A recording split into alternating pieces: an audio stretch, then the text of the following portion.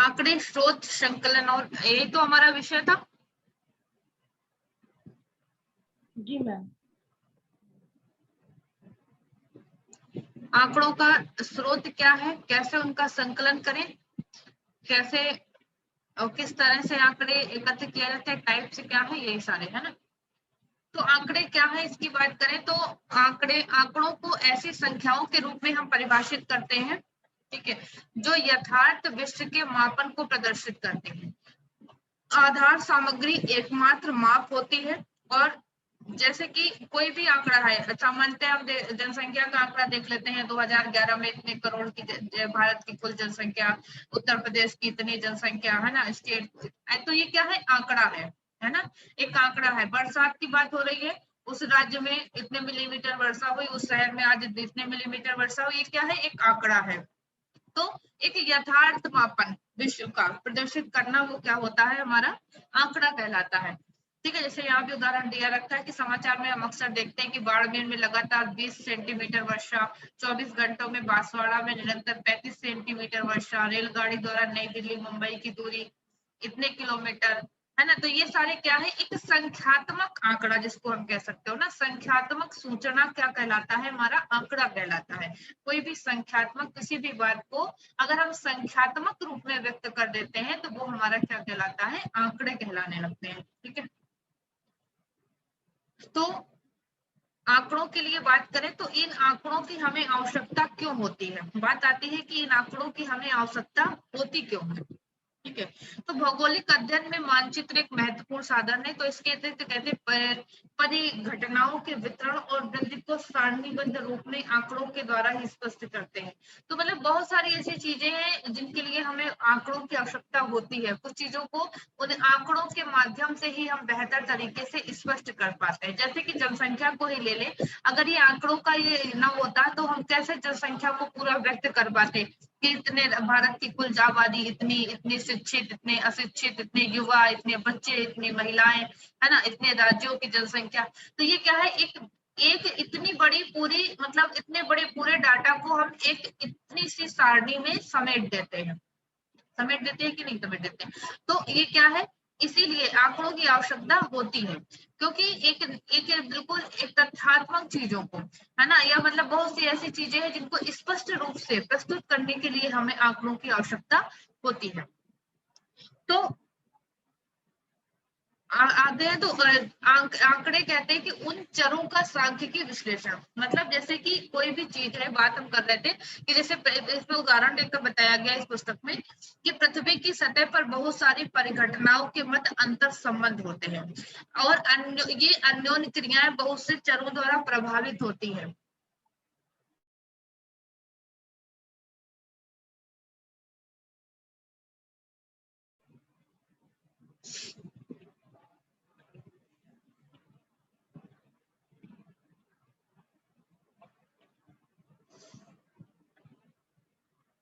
तो जिनकी सबसे अच्छी व्याख्या किस रूप में कर सकते हैं, मात्रात्मक रूप में। मात्रात्मक मतलब परिमाण, मतलब आंकड़ों के रूप में हम उनकी व्याख्या कर पाते हैं, ठीक है। और उन चरों का सांख्यिकी विश्लेषण आवश्यक अगर हो गया तो जैसे कि उदाहरण से समझते हैं कि किसी क्षेत्र के प्रारूप के अध्ययन के लिए, या फसल के अंतर्गत जो क्षेत्र है, फसल की उत्पादकता क्या है, उसका उत्पादन क्या है, सिंचित क्षेत्र है, वर्षा की मात्रा वहां कैसी है, उर्वरक कैसे हैं, कीटनाशक है, तो इन सारी चीजों के बारे में अगर हमें सूचना करनी है, सूचना प्राप्त करनी है, एक व्यवस्थित बिल्कुल एक सटीक सूचना प्राप्त करनी है, तो उसके लिए हमें इन आंकड़ों की आवश्यकता होती है। आंकड़ों से ही हम आसानी से इन चीजों को समझ सकते हैं, ठीक है। कोई भी चीज है, छोटी सी बात है, मान लीजिए किसी फसल के अंतर्गत किसी बात का हमें अध्ययन करना है, तो उसके लिए अगर हम पूरा इतना बड़ा 4 पेज का आपको एक दे दें कि आपको इससे पूरा उसका एनालिसिस करना है, तो बहुत मुश्किल काम होता है थोड़ा सा मुश्किल है। सटीक और सरल रूप में और समय कम लगे उसका लिए हमें एक आंकड़ा दे दिया गया एक छोटे से चार्ट में, ठीक है, कि यहाँ पर ये फसल, इसके लिए ये कीटनाशक, ये सिंचाई का स्तर, ये उर्वरक, ये, तो इससे क्या होगा, एक डाटा हमें इतनी सी जगह पर मिल गया, ठीक है। तो ये इसके लिए क्या क्या है कि मतलब कोई भी इस मतलब डाटा है किसी भी क्षेत्र का, उसके अध्ययन के लिए जनसंख्या की बात कर ले तो इसके बारे में मतलब एक सांख्यिकी सूचना का निवेश होना उस जगह पे आवश्यक हो जाता है। उसके बिना वो सूचना एक तरह से पूर्ण रूप में हमारे सामने शायद ना पहुंच पाए। जनसंख्या की बात हम कर रहे थे तो जनसंख्या के अध्ययन के लिए हम क्या करते हैं, जनसंख्या का घनत्व क्या है, प्रवासियों की संख्या कितनी है, लोगों के व्यवसाय क्या है, उनका वेतन, उनका व्यापार, यातायात के संचार साधन, इन सब से संबंधित आंकड़े इसी में होते हैं। तो आंकड़े क्या है, भौगोलिक विश्लेषण में एक महत्वपूर्ण भूमिका निभाते हैं। ठीक है, अब इनका प्रस्तुतिकरण कैसे किया जाए, इन आंकड़ों का प्रस्तुतिकरण कैसे किया जाए बात आती है। तो एक कहते हैं कि प्रस्तुतिकरण करने के लिए एक उदाहरण से इसमें बताया गया कि मतलब एक तमाम स्रोत है उनके आधार पर इनको प्रस्तुत करने के माध्यम, इसमें जैसे एक कहानी की बात बताई गई कि एक व्यक्ति की कहानी आपने सुनी होगी, कैसे समझाया गया, इसमें एनसीईआरटी की बुक है शायद ये। हाँ, तो बताया गया कि अपनी पत्नी और 5 साल के बच्चे के साथ एक व्यक्ति यात्रा कर रहा था। रास्ते में उससे नदी पार करनी थी। सबसे पहले उसने 4 बिंदुओं की गहराई इतने मीटर के रूप में नापी है, जो आंकड़ा दिया गया है। उसने औसत गहराई इतनी निकाली, उसके बच्चे की लंबाई इतनी थी। ये सारा चीजें इसको बताया गया पूरा, है ना। तो अब यही कहते हैं कि दूसरे किनारे पर चिंतन करते मतलब नदी पार करने के लिए उसने ये सारा आंकड़ा उसके पास था और उसका बच्चा नदी में डूब गया। ठीक है, और दूसरे किनारे पर वही चिंतन करता हुआ बैठ गया, लेखा जोखा था तो बच्चा डूबा काहे, बच्चे क्यों डूब गया, ये सारी बातें वो बताते हैं। तो मतलब कहने का कि अपनी यथार्थ स्थिति को प्रकट करने के लिए, है ना, आंकड़ों को सुव्यवस्थित तरीके से प्रस्तुत करने के लिए, और वो आंकड़े भविष्य में अगर कोई गलती होती है भविष्य में उसको फिर से रिवाइज करने के लिए, इसके लिए हमें इन आंकड़ों का प्रस्तुतिकरण करने का ढंग भी आना चाहिए।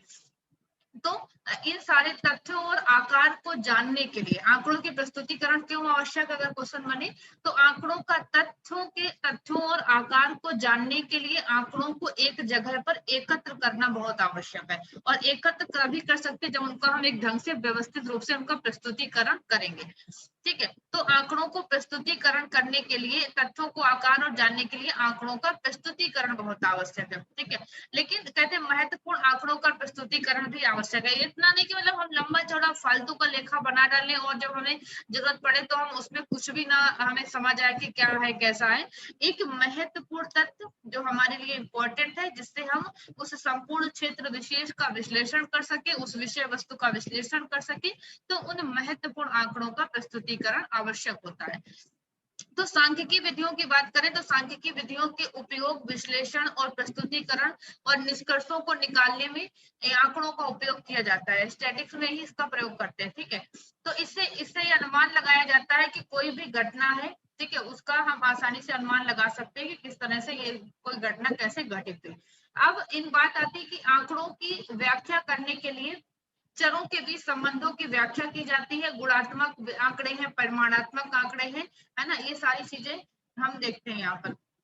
अब आंकड़ों के स्रोतों की बात करें तो किन आधार पर हम आंकड़ों को एकत्र कर सकते हैं, क्या क्या स्रोत हो सकते हैं। तो सबसे इंपॉर्टेंट फैक्ट इन आंकड़ों के उद्देश्य में यही आता है कि इनमें से आंकड़ों के स्रोत क्या है। हमने रिसर्च में, अगर आप नेट में पढ़ा होगा, नेट वालों पढ़ाया था, 2 तरह के स्रोत है, प्राथमिक स्रोत और द्वितीयक स्रोत। ठीक है, आंकड़ों के स्रोत कितने हैं, 2, एक प्राथमिक और दूसरा द्वितीय। प्राथमिक स्रोतों की बात करेंगे, प्राथमिक आंकड़ों के साधन कौन कौन से हैं। ऐसे आंकड़े जो प्रथम बार व्यक्तिगत रूप से अथवा व्यक्तियों के समूह या संस्था के द्वारा एकत्र किए जाते हैं, वो आंकड़े प्राथमिक स्रोत कहलाते हैं। ठीक है, ऐसे आंकड़े जो प्रथम बार व्यक्तिगत रूप से या व्यक्तियों के समूह या संस्था या संगठन के द्वारा एकत्र किए जाए, वो आंकड़ों के प्राथमिक स्रोत कहलाते हैं। और इसके साधन कौन कौन से हैं प्राथमिक स्रोतों के। और द्वितीयक स्रोतों की अगर बात करें कि जो आंकड़े किसी प्रकाशित अथवा अप्रकाशित साधनों के द्वारा एकत्र किए जाए, जैसे समाचार पत्र हो गया, है ना, वो द्वितीयक स्रोत कहलाते हैं। ठीक है, कोई भी आंकड़ा है अगर व्यक्तिगत रूप से हमने खुद उसको एकत्र किया, है ना, वो प्राथमिक हो गया। हमारे द्वारा कोई कहा हमने सीधे से कोई बात बोली, वो क्या हो गया, प्राथमिक है। वही हमारे द्वारा कही हुई बात किसी पत्रिका के माध्यम से आपको मिलती है, या उसको और कहीं रूप में किसी रूप में प्रस्तुत किया जाता है, वो द्वितीयक आंकड़ा हो गया। अब प्राथमिक आंकड़ों के साधन कौन से, किन किन माध्यमों से प्राथमिक आंकड़े हम एकत्र कर सकते हैं, क्वेश्चन इसी तरह से बनता है। इनमें से कौन सा प्राथमिक आंकड़ों का स्रोत नहीं है, ठीक है। तो प्राथमिक व्यक्तिगत प्रेक्षण, व्यक्तिगत प्रेक्षण मतलब ये सूचनाओं के उस संग्रह की ओर संकेत करता है जो व्यक्तिगत या व्यक्तियों के समूह के द्वारा क्षेत्र में प्रत्यक्ष प्रेक्षण के द्वारा एकत्र किए जाते हैं, मतलब खुद स्वयं के द्वारा प्रत्यक्ष रूप से, जैसे कि क्षेत्र सर्वेक्षण के द्वारा भू आकृतियों के लक्षणों, अपवाह प्रारूप, मिट्टी आदि का अध्ययन, जनसंख्या संरचना, लिंग अनुपात, साक्षरता, परिवहन, ये सभी क्या है, ये इन सब के माध्यम से जो व्यक्तिगत प्रेक्षण के द्वारा जो आंकड़े एकत्र किए जाए वो प्राथमिक आंकड़ों के साधन है। अब आंकड़ों के संग्रह की विधियों की हम बात कर लेंगे, यहाँ पर इस चार्ट से आप आसानी से समझ जाएंगे। प्राथमिक आंकड़े और द्वितीयक आंकड़े। प्राथमिक आंकड़ों को संग्रह करने के लिए व्यक्तिगत प्रेक्षण हमने पढ़ा, दूसरा क्या होता है, साक्षात्कार, ठीक है। साक्षात्कार के माध्यम से अगर हम आपका इंटरव्यू ले रहे हैं आपसे, तो क्या कर रहे हैं, हम आपसे प्राथमिक डाटा ले रहे हैं, क्योंकि हम आपसे मतलब हमारी सीधे आपसे बात हो रही, किसी दूसरा को इसमें मध्यस्थ नहीं है कि आपकी कही हुई बात को वो घुमा के दूसरे रूप में प्रस्तुत कर सकता है। तो साक्षात्कार क्या हो गया, एक प्राथमिक आंकड़े का स्रोत होता है।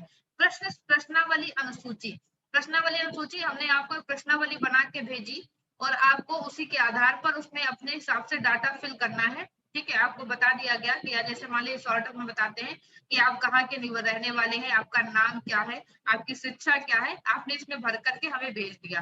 तो ये भी क्या हो गया, प्रश्नावली अनुसूची भी क्या होती है, प्राथमिक डाटा होता है, क्योंकि वो उससे जिससे हमें ये डाटा एकत्र करते हैं उसी के द्वारा ये हमें सीधे प्रदान किया जाता है, ठीक है। तीसरा अन्य विधियां होती है, अन्य विधियों में और बात करेंगे। तो व्यक्तिगत प्रेक्षण, साक्षात्कार, प्रश्नावली और अनुसूची ये प्राथमिक आंकड़ों के स्रोत हो गए। बात आती है द्वितीयक आंकड़ों की। द्वितीयक आंकड़ों में आते हैं एक प्रकाशित स्रोत होते हैं और कुछ अप्रकाशित स्रोत होते हैं। अब प्रकाशित स्रोत की जब बात करेंगे तो जैसे सरकारी कुछ तथ्य होते हैं, अर्ध सरकारी चीजें हो गई, और अंतरराष्ट्रीय और निजी प्रकाशन हो गया, और समाचार पत्र हो गए। ये सारी प्रकाशित चीजें जो भी है, जैसे कुछ सरकारी चीजें होती है जो प्रकाशित हो गए, गजट है, ये सारी चीजें अर्ध सरकारी हो गए, कुछ अंतरराष्ट्रीय प्रकाशन हो गए, पत्रिकाएं कुछ अंतरराष्ट्रीय स्तर की होती हैं, कुछ ऐसे अन्य संस्थाओं की चीजें, और निजी प्रकाशन व्यक्तिगत रूप से जो किसी का अपना व्यक्तिगत कुछ प्रकाशित करवाता है वो हो गया, और समाचार पत्र, ये क्या हो गए, प्रकाशित स्रोत है। इनके माध्यम से किसी भी तथ्य की, किसी भी विषय की जानकारी अगर हम एकत्र करते हैं तो वो हमारा द्वितीयक आंकड़ा कहलाएगा, ठीक है, सेकेंडरी डाटा कहलाएगा। और इसी में एक होता है अप्रकाशित स्रोत। अप्रकाशित स्रोत की अगर हम बात करें तो इसमें सरकारी में भी कुछ अप्रकाशित स्रोत होते हैं, अर्ध सरकारी में भी होते हैं, व्यक्तिगत या गैर सरकारी प्रलेख होते हैं और अन्य प्रलेख होते हैं। इनके माध्यम से क्या करते हैं, हम द्वितीयक आंकड़े एकत्र करते हैं, ठीक है। तो ये शॉर्ट में ये तो हमारे पास ये आंकड़ा था, मतलब चार्ट था, इसी को डिटेल में थोड़ा सा देखेंगे। तो व्यक्तिगत प्रेक्षण की बात हम कर रहे थे, पहला था प्राथमिक डाटा एकत्र करने का हमारा व्यक्तिगत प्रेक्षण, ठीक है। इसमें हमने निष्पक्ष रूप से इसमें देखा कि व्यक्तिगत रूप से स्वयं इसमें प्रेक्षण करते समय सम्मिलित व्यक्ति और व्यक्तियों को निष्पक्ष मूल्यांकन के लिए विषय का सैद्धांतिक ज्ञान और वैज्ञानिक दृष्टि, मतलब किसी भी विषय की जानकारी के लिए आप वहां पर व्यक्तिगत रूप से जाकर के खुद वो डाटा को कलेक्ट करते हैं, तो वो व्यक्तिगत प्रेक्षण कहलाता है, ठीक है। उसके आधार पर आपको उस विषय वस्तु का ज्ञान होना चाहिए, उसका डाटा एकत्र करने का वैज्ञानिक दृष्टिकोण भी आपके अंदर होना चाहिए। दूसरा आता है साक्षात्कार, अभी हमने पढ़ा। इस विधि में शोधकर्ता उत्तर देने वाले से प्रत्येक सूचना संवाद और बातचीत द्वारा प्राप्त करता है, और फिर भी साक्षात्कारकर्ता को क्षेत्र के लोगों से साक्षात्कार करते समय कुछ बातों का ध्यान भी रखना है। मतलब अभी हमने कहा इंटरव्यू से जो हमें डाटा एकत्र, आप मान लीजिए परीक्षा को पास करने के बाद आप इंटरव्यू पे जाएंगे तो हमसे जो डाटा वहां पे जो इंटरव्यू में जो पूछा जाएगा वो क्या हो गया, हमारा वो प्राथमिक डाटा को हमसे सीधे एकत्र कर रहे हैं। एक मिनट जरा हमें दीजिएगा, इस पे हम चार्जर लगाने भूल गए थे, चार्जर लगाना, ठीक है।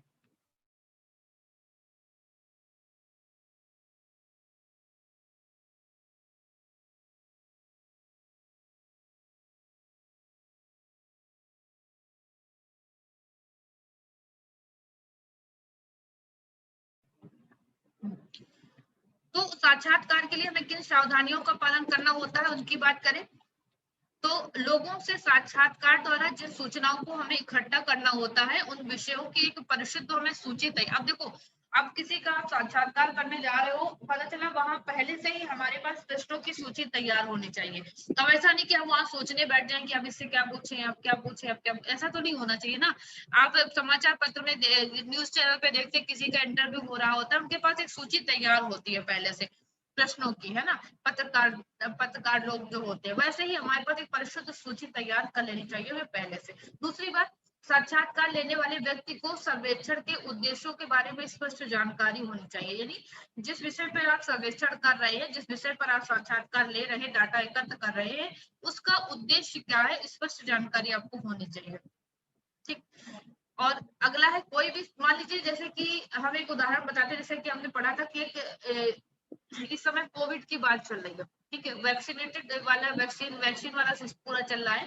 तो आपको जानकारी एकत्र करना है, भेजा गया आपको कि उस जगह पर, वहां पर जाकर के आपको साक्षात्कार के द्वारा लोगों से ये जानकारी एकत्र करनी है कि कितना ये मतलब इसका कितना प्रभाव है कोविड का, या इस वैक्सीन कितने लोगों ने दी, क्या लोगों का राय है वैक्सीन को लेने के लिए, है ना। तो इस विषय में आपको जानकारी होनी चाहिए कि आप जिस उद्देश्य को लेकर के आए हैं, जिस विषय को लेकर आए हैं, उसका उद्देश्य क्या है, आपको जानकारी होनी चाहिए। अनुकूल वातावरण होना चाहिए, उत्तर देने वाला बिना झिझक के तथ्यों को स्पष्ट रूप में कह सके, इसलिए ऐसा माहौल वहां क्रिएट करना चाहिए। और प्रश्नों की भाषा साधारण और शिष्ट होनी चाहिए, जिससे उत्तर देने वाला सहज ही प्रश्नों से संबंधित सूचनाओं के लिए सहमत हो जाए। और ऐसे प्रश्नों से पूछने से बचना चाहिए जिससे उत्तर देने वाले के आत्मसम्मान अथवा धार्मिक भावनाओं को ठेस पहुंचे, ऐसे भी प्रश्न हमें नहीं करने चाहिए इंटरव्यू में। और साक्षात्कार के अंत में उत्तर देने वालों से पूछना चाहिए कि जो वो सूचना दे चुके हैं, इसके अतिरिक्त क्या जानकारी दे सकते हैं, ये भी पूछ सकते हैं। और आपके लिए उन्होंने अपना बहुमूल्य समय प्रदान किया, इसके लिए उनके लिए धन्यवाद और कृतज्ञता ज्ञापित करनी भी चाहिए। ये कुछ इंटरव्यू के लिए सीख लीजिए। शायद प्रोफेसर बनने के बाद किसी का इंटरव्यू लेना पड़ेगा हमेशा, तो जरूरी है ना। सही रहेगा। हो जाए तो सही रहेगा मैम। हो क्यों नहीं जाएगा, होगा होगा, हाँ हम लेके रहेंगे, है ना। जैसे वो कहते थे कि लड़के लेंगे, पाकिस्तान वाला नारा पढ़ा था हम लोगों ने उसमें इतिहास में, तो वैसे भी हम लोग लेके रहेंगे अपनी सीट। मैम लग रहा है, लग रहा है, हो जाएगा। वेरी गुड, लगने लगा। चलिए, सिलेबस समापन होते होते ये शब्द आया मेरे पास, सिलेबस पूरा होते होते ये शब्द आया। हाँ मैडम, कॉन्फिडेंस आगे आ रहा है थोड़ा थोड़ा। अच्छी बात है, आपने अच्छा परफॉर्मेंस किया था नाटक वाले में। मुझे लगा आपने पूरी क्लास ली भी थी और अच्छा किया आपने, बढ़िया किया था आपने। मैडम आप सबका बहुत मार्गदर्शन अच्छा चल रहा, नहीं तो जो हम उसके पहले वाली कंडीशन अपनी सोचते हैं और आज सोचते हैं तो बहुत अंतर पाते हैं। चलिए, ये जो क्विज नाटक और कहानी उपन्यास वाली है ना, इनको 3-4 बार रिपीट करा देंगे तो ये ऐसे ही पक्का हो जाएगा। मैम कभी कभी ऐसा होता है ज्यादा पढ़ने से ना मिक्स हो जाता है, अगर ज्यादा पढ़ो हाँ, तो मिक्स हो जाता है। आपके पदक हम लोगों ने पूरा पढ़ लिया, अब हमें रिवीजन करना, इत्मीनान से रिवीजन करिए, भागा दौड़ वाली रिवीजन मत करिए बस, कि मतलब वो ना हो कि बाउंस, वो फिर लास्ट के 10-15 दिन करेंगे एकदम से बिल्कुल कि हाँ ढंग से कर लेते हैं जिसको कहते हैं। चलिए, तो अगला आता है प्राथमिक डाटा का। जी, भूल भी जाते, कई बार भूल जाते, बहुत सारी चीजें एक जैसी, फिर होता रचनाएं है, वगैरह सब एक जैसी हो जाती है तो रचनाओं में तो दिक्कत आ अक्सर होता जाती है, है। रचनाओं में तो हमें खुद ही नहीं पता चलता क्या है, बहुत ज्यादा वो हो जाता है प्रॉब्लम, क्या बोले। चलिए, तो प्राथमिक आप लोग बात कर रहे थे, तो दूसरा है, तीसरा स्रोत है इसका प्रश्नावली अवसूची, जिसके आधार पर हमने बताया कि इस विधि में क्या होता है, साधारण प्रश्नों और उनके संभावित उत्तर एक सादे कागज पर लिखे रहते हैं। उत्तर देने वालों को दिए गए विकल्पों में से सही उत्तर का निशान लगो। कभी कभी प्रश्नावली कई तरह से होती है, कभी कभी आपको उसी में उत्तर दे दिया जाता है, हाँ नहीं वाला एक ऑप्शन दे दिया जाता है ना, सत्य असत्य वाला ऑप्शन दे दिया जाता है उसी में। और कभी कभी 4 ऑप्शन दे दिए गए कि आपको उसी में से एक कोई टिक करना होता है। और कभी कभी आपके सामने सिर्फ प्रश्न होता है प्रश्नावली में, और आपको उसी के अकॉर्डिंग अपने हिसाब से उसको भरना होता है। ठीक है, तो कई तरह की प्रश्नावलियां हो सकती हैं, प्रकार है ये प्रश्नावली के। निश्चित उत्तरी जिसको कहते हैं, है ना, और अनिश्चित उत्तरी भी, कुछ ऐसे करके तमाम होते हैं। तो इस सर्वेक्षण के लिए ये प्रश्नावली भी एक महत्वपूर्ण होती है। ठीक है, उसके बाद अन्य विधियों की बात करें तो मृदा और जैसे जल के गुणों से संबंधित आंकड़े अगर हमें एकत्र करना है, मान लीजिए उदाहरण से दिया गया है, तो इसमें सीधे सीधे कि देखो उसके उस क्षेत्र का हमें वैज्ञानिक उपयोग पता होना चाहिए और उन सबसे जो फसल है वनस्पति है उसके संबंध में हमें आंकड़े भी एकत्र करने चाहिए। तो ये सारी चीजें हैं कुछ प्राथमिक, ये जो 4 चीजें हमने बताई ये सॉरी 3 चीजें ये मुख्य है प्राथमिक डाटा एकत्र करने के लिए। अब देखो विधियां तो नहीं पूछते देते, जैसे ऐसे ही कोई नाम दे दिया गया, ठीक है, कि मान लीजिए कह देगा कोई भी पत्र पत्रिका है या कुछ भी दे दिया कि ये किस डाटा का स्रोत है, ऐसे करके नेट में कई बार क्वेश्चन आया, तो उसी के आधार पर हम अनुमान लगा सकते हैं। आंकड़ों के द्वितीयक स्रोत की बात हम करेंगे तो द्वितीयक स्रोत के अंतर्गत आंकड़ों के प्रकाशित और अप्रकाशित स्रोत आते हैं, जिसमें कि सरकारी प्रकाशन, प्रलेख और रिपोर्टें शामिल होती हैं। ठीक है, सरकारी प्रकाशन की बात करें तो जैसे इस तरह से कोई राष्ट्रीय, जैसे आप शिक्षा कोई मान लीजिए सर्वे आता है, रिपोर्ट आती है सरकार की किसी मंत्रालय की या जैसे भारत सरकार में आ जाइए जब उसमें पर्यावरण से संबंधित वार्षिक रिपोर्ट जारी की गई या वित्त संबंधित वित्तीय वार्षिक रिपोर्ट जारी करी गई, तो ये क्या है, इनसे हम जो आंकड़े लेते हैं वो क्या है, हमारे द्वितीयक स्रोत है। सरकारी विभागों के द्वारा राज्य सरकार के प्रकाशन, जिलों के बुलेटिन, ये सभी क्या होते हैं, द्वितीयक सूचनाओं के महत्वपूर्ण साधन होते हैं। इसके अंतर्गत क्या होता है, भारत की जनगणना, राष्ट्रीय प्रतिदर्श सर्वेक्षण की रिपोर्टें, भारतीय मौसम विज्ञान की मौसम रिपोर्टें, राज्य सरकारों द्वारा प्रकाशित सांख्यिकी सारांश, विभिन्न आयोगों द्वारा प्रकाशित जो रिपोर्टें होती है विभिन्न अवधियों में दी जाती है, ये सारी सरकारी प्रकाशन में आती है और सभी द्वितीयक स्रोत है। और अब क्वेश्चन ऐसे आ गया कि मौसम विज्ञान विभाग की जो मौसम रिपोर्ट है वो किस प्रकार के डाटा का स्रोत है ना, तो आपको ऐसे याद रखना। तो इस तरह ये किस तरह के डाटा का स्रोत होता है, अब हमें याद रखना ये सरकारी प्रकाशन है, चूंकि जो सरकारी प्रकाशन तो द्वितीय डाटा का स्रोत है, ऐसे हमें ये याद हो जाएगा।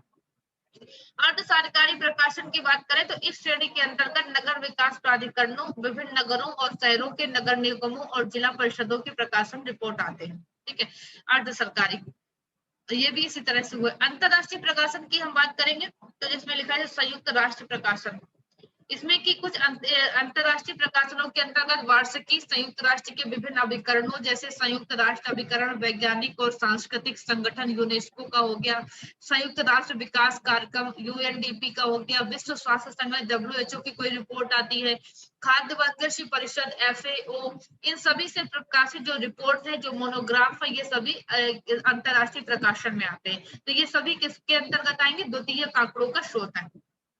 निजी प्रकाशन की बात करेंगे तो इसके अंतर्गत समाचार पत्र, निजी संस्थाओं द्वारा प्रकाशित वार्षिक पुस्तिकाएं होती हैं, सर्वेक्षण हो गए, शोध रिपोर्ट हो गए और प्रबंध, ये सभी किसके स्रोत हो गए, द्वितीयक डाटा का स्रोत हो गए। समाचार पत्र पत्रिकाएं, ये सभी द्वितीयक आंकड़ों के स्रोत हैं। समाचार पत्र जो चाहे साप्ताहिक हो, पाक्षिक हो, मासिक हो, सभी द्वितीयक आंकड़े यहाँ से आसानी से प्राप्त कर सकते हैं। इलेक्ट्रॉनिक की बात करें, वर्तमान समय में ये भी एक महत्वपूर्ण माध्यम बनकर उभरा है हमारे पास डाटा का, तो इसके माध्यम से जो इंटरनेट हो गया द्वितीयक आंकड़ों का एक महत्वपूर्ण स्रोत बनकर सामने आया। तो ध्यान रखना, इंटरनेट द्वितीयक आंकड़ा का स्रोत है। ठीक है, अब प्रकाशित साधनों की बात करेंगे तो सरकारी प्रलेख, जिनमें से द्वितीयक आंकड़ों के अन्य स्रोतों में अप्रकाशित रिपोर्टें हो गई, मोनोग्राफ हो गए, कुछ सरकार के विभिन्न स्तर पर अप्रकाशित रिकॉर्ड के रूप में तैयार कर लिए जाते हैं। उदाहरण के लिए अप्रकाशित प्रलेख में मतलब मान लीजिए गांव के स्तर पर है, अगर राजस्व अभिलेख गांव के पटवारियों द्वारा बनाए जाते हैं, गांव के स्तर की सूचना का ये शायद महत्वपूर्ण ये साधन होते हैं, तो ये अप्रकाशित होते हैं, लेकिन अगर जैसे कभी डाटा एकत्र करना होता है तो ये हमें निकलवाने पड़ते हैं। ठीक है, अर्ध सरकारी प्रलेख में आते हैं नगर निगम, जिला परिषद, लोक सेवा विभाग, इनसे संबंधित रिपोर्ट, योजनाओं का विवरण। और निजी प्रलेख में आता है कंपनी हो गई, व्यापारिक संघ हो गए, राजनीतिक और अराजनैतिक संगठन हो गए, इनसे संबंधित अप्रकाशित रिपोर्ट और रिकॉर्ड हो गए, ये सभी आते हैं अप्रकाशित संसाधनों में। अब आंकड़ों का सारणीयन और वर्गीकरण की बात आती है। ये तो हो गए हमारे स्रोत, कैसे एकत्र करते हैं, क्या माध्यम है, ठीक है, कितने प्रकार है। तो प्राथमिक और द्वितीयक साधनों द्वारा एकत्र किए गए जो आंकड़े, मान लीजिए हमने प्राथमिक स्रोत से जो आंकड़ा एकत्र किया, अब हम उसको सारणीबद्ध कैसे करेंगे, उसका वर्गीकरण कैसे करेंगे प्रस्तुत करने के लिए।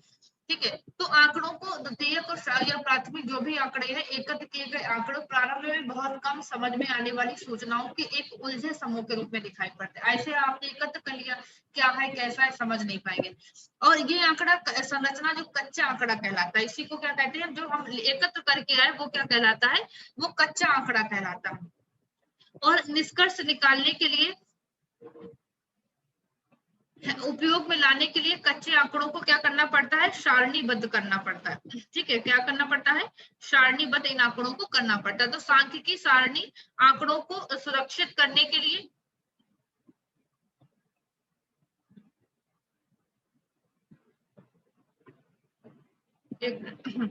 सांख्यिकी सारणी आंकड़ों को सुरक्षित करने और प्रस्तुत करने के सबसे साधारण उपायों में से एक होता है। सारणी जो बात हम करते हैं जिस सारणी की, उसमें आंकड़ों को हम संक्षिप्त रूप से कर सकते हैं। और आंकड़ों की एक कालम और पंक्तियों में की गई, मतलब आंकड़ों को कालम और पंक्तियों में व्यवस्थित किया जाता है। और इस सारणी का जो उद्देश्य होता है, प्रस्तुतिकरण को आसान और तुलना को सरल बनाना। ठीक है, और इस सारणी से पाठकों को वांछित सूचना मिल जाती है और तालिकाएं जो होती है कम से कम स्थान में आंकड़ा एक विशाल समूह का आंकड़ा एकत्र हो जाता है। अब आंकड़ों का संग्रह और प्रस्तुतिकरण के लिए बात करते हैं। तो आंकड़ों का संग्रह सारणीयन और सारणी रूप में प्रस्तुतिकरण या तो निरपेक्ष रूप से प्रतिशत में अथवा संकेत के रूप में सूची में होता है। कुछ प्रतिशत में होता है, कुछ संकेत के रूप में होता है। निरपेक्ष आंकड़ा क्या होता है, मतलब निरपेक्ष आंकड़े की बात करें तो जब आंकड़े अपने मूल रूप में पूर्णांक की तरह प्रस्तुत कर दिए जाते हैं, ठीक है, पूर्णांक के रूप में प्रस्तुत किए जाते हैं, तो वो निरपेक्ष अथवा कच्चा आंकड़ा कहलाता है। उदाहरण के लिए बात करें कि एक देश अथवा राज्य, एक राज्य की कुल जनसंख्या की बात हम करेंगे, अथवा एक फसल अथवा एक विनिर्माण उद्योग की कुल उत्पादन की बात करेंगे, तो ये जैसे हम सारणी यहाँ पर देख रहे हैं, ये सारणी क्या है हमारा, कौन सा आंकड़ा है, ये निरपेक्ष आंकड़ा यानी कच्चा आंकड़ा। जैसा हमने देखा वैसे ही इसमें यहाँ पर लिख दिया। ठीक है, तो जैसा था वैसा ही लिख दिया, ये कच्चा आंकड़ा कहलाएगा, हमारा निरपेक्ष सारणी है। तो ये हमारी इस तरह से डाटा से प्रस्तुत किया गया, तो ये निरपेक्ष आंकड़ा हो गया। अब प्रतिशत या अनुपात आंकड़े की बात करें तो कुछ आंकड़े कई बार होते हैं अनुपात और प्रतिशत में सारणीबद्ध कर दिए जाते हैं, एक सामान्य प्राचल से परिचालित होते हैं, जैसे साक्षरता दर, जनसंख्या वृद्धि, कृषि उत्पादों और औद्योगिक उत्पादों का प्रतिशत, ये सारी चीजें इसमें प्रस्तुत की जाती है। तो इस तरह के आंकड़े क्या होते हैं प्रतिशत में। अभी यहाँ पर आप देख सकते हो साक्षरता, इसमें जो इस तरह से इसको प्रस्तुत किया गया, तो ये क्या है हमारा, ये प्रतिशत में आंकड़े हो गए। ठीक है, वही इस तरह से आंकड़े जो प्रस्तुत किए, एक सारणी हमारी इस तरह से डाटा प्रस्तुत किया गया, एक में हमें इस तरह से। तो आंकड़ों को प्रस्तुत करने के अपने अपने अलग अलग तरीके हैं। ठीक है, और उसके बाद आता है सूचकांक। सूचकांक में कैसे प्रस्तुत करते हैं, सूचकांक यानी सूचकांक चर अथवा एक सांख्यिकी माप है। सूचकांक क्या है, एक सांख्यिकी माप है जिसमें चर अथवा भौगोलिक स्थिति अथवा दूसरी विशेषताओं के संदर्भ में संबंधित चरों के संबंधित समूह में परिवर्तन को दर्शाने के लिए अभिकल्पित जिनको किया जाता है। ठीक है, तो ये सूचकांक के लिए मान लीजिए कोई भी डाटा है, इसको विभिन्न उद्योगों या नगरों और देशों की जो आर्थिक दशाओं की तुलना अगर हम करते हैं, या सूचकांक का उपयोग व्यापक रूप में अर्थशास्त्र और व्यवसाय में हम ज्यादातर करते हैं, तो सूचकांक के परिकलन की विभिन्न विधियां होती हैं, उनके आधार पर हम इस डाटा को प्रस्तुत करते हैं। तो इसका एक सूत्र होता है, यहाँ पर ये दिया गया है। ठीक है, इसके आधार पर जैसे मान लीजिए बताया गया, वर्तमान वर्ष के उत्पादन का योग हमें बताना है और आधार वर्ष के उत्पादन का योग।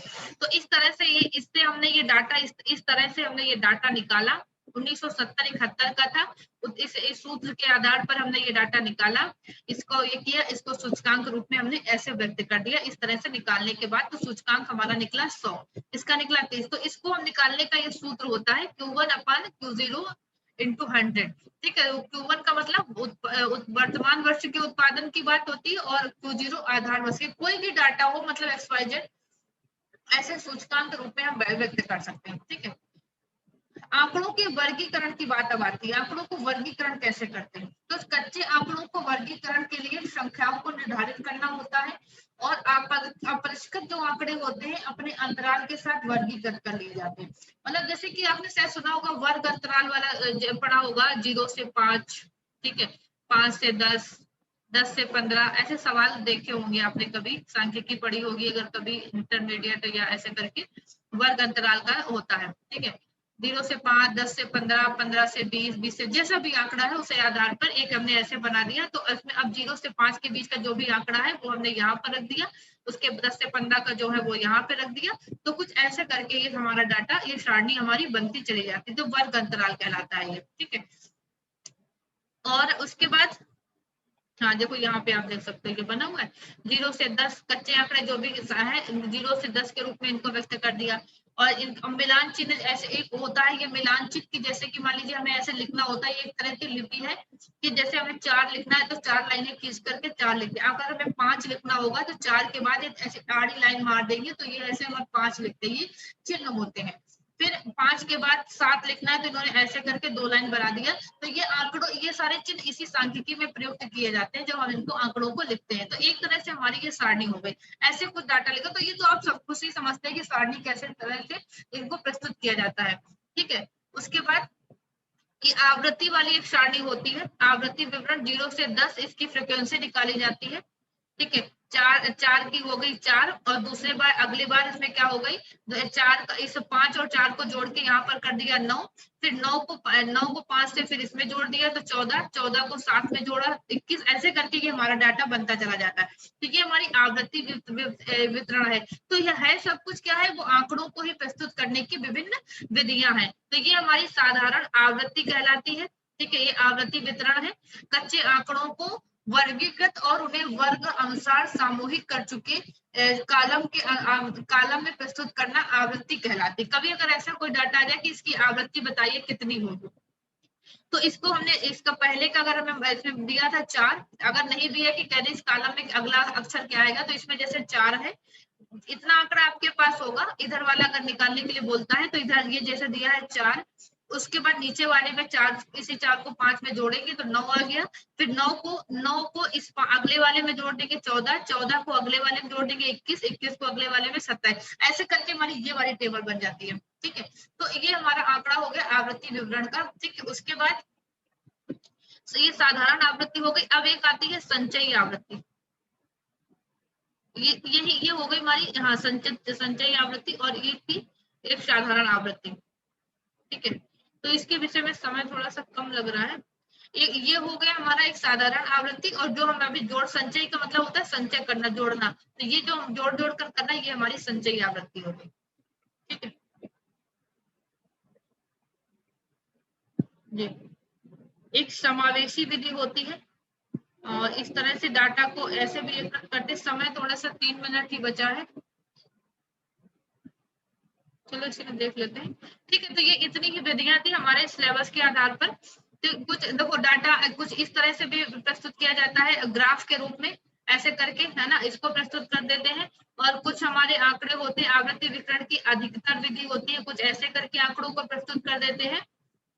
और 10 से कम है जैसे तो 4, 20 से कम है 9, ऐसे करके डाटा दिया हुआ है, इसको यहाँ पे 10 से कम ऐसे ऐसे करके हम प्रस्तुत करते चले जाते हैं। तो ये सारी क्या है, हमारे आंकड़े प्रस्तुत करने की विधियां हैं।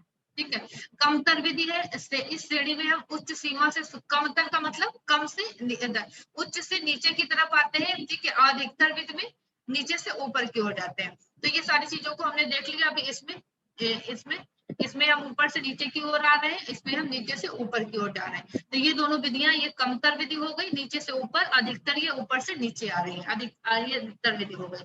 ठीक है, और उसके बाद इसमें आप देख सकते हैं बहुभुज की बात होती है, ये भुज बनते हैं ऐसे करके। ये डाटा अक्सर देखते हैं 0 से 10 को हमने यहाँ पर ऐसे बना दिया। फिर उसके बाद ये जो हमारी आवृत्ति थी 10 से 20 के लिए हमने देखा कि 5 संख्या है, तो 5 को यहाँ तक देख लिया, यहाँ से इसके आगे का है तो यहाँ तक ला दिया, 10 से 20 वाले में 5। अब इसमें अगले वाले में देखते हैं वो बराबर है तो उसको ऐसे कर दिया। 30 से 40 की संख्या जो हमारी मान लीजिए यहाँ पर है 8 तक है तो इसको यहाँ तक ले लिया।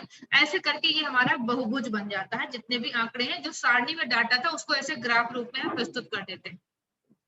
ठीक है, तो ये हमारी कुछ चीजें थी आंकड़े से संदर्भ में। और इसके बाद इससे संबंधित इतनी ही चीजें मेरे हिसाब से थी, और इसमें कुछ भी नहीं था नया। अगर आपको लगा जैसे कि इसमें क्वेश्चन भी दिए हैं नीचे, एक संख्या अथवा लक्षण को जो मापन को प्रदर्शित करता है वो क्या कहलाता है? क्या कहलाता है? आंकड़े। आंकड़े।